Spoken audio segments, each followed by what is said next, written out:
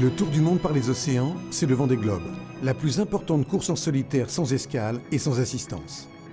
Soutenu par la fondation de famille Sando dans le cadre du projet Rivage, le navigateur Bernard Stamm participe à cette course qui dure près de 3 mois.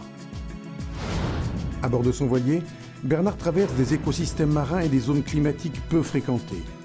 C'est une occasion unique d'enrichir les connaissances de la communauté scientifique et de les partager avec le grand public.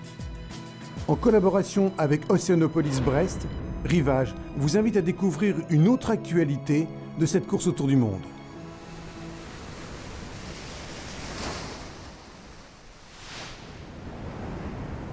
Entre anticyclone et dépression, l'atmosphère est en mouvement permanent. De la même façon, l'océan est parcouru par des tourbillons, sortes de cyclones et d'anticyclones marins. Ces tourbillons brassent continuellement les eaux du globe. Larges d'une centaine de kilomètres de diamètre, ils se forment sous l'influence de différents facteurs, dont les courants marins. Ils reçoivent de l'eau riche en éléments nutritifs provenant des profondeurs. À l'image des fontaines, cette eau qui remonte en surface est idéale pour le phytoplancton océanique.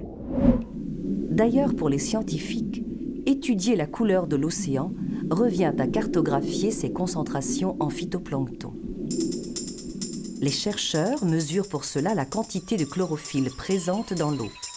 Cette chlorophylle est la molécule de la photosynthèse.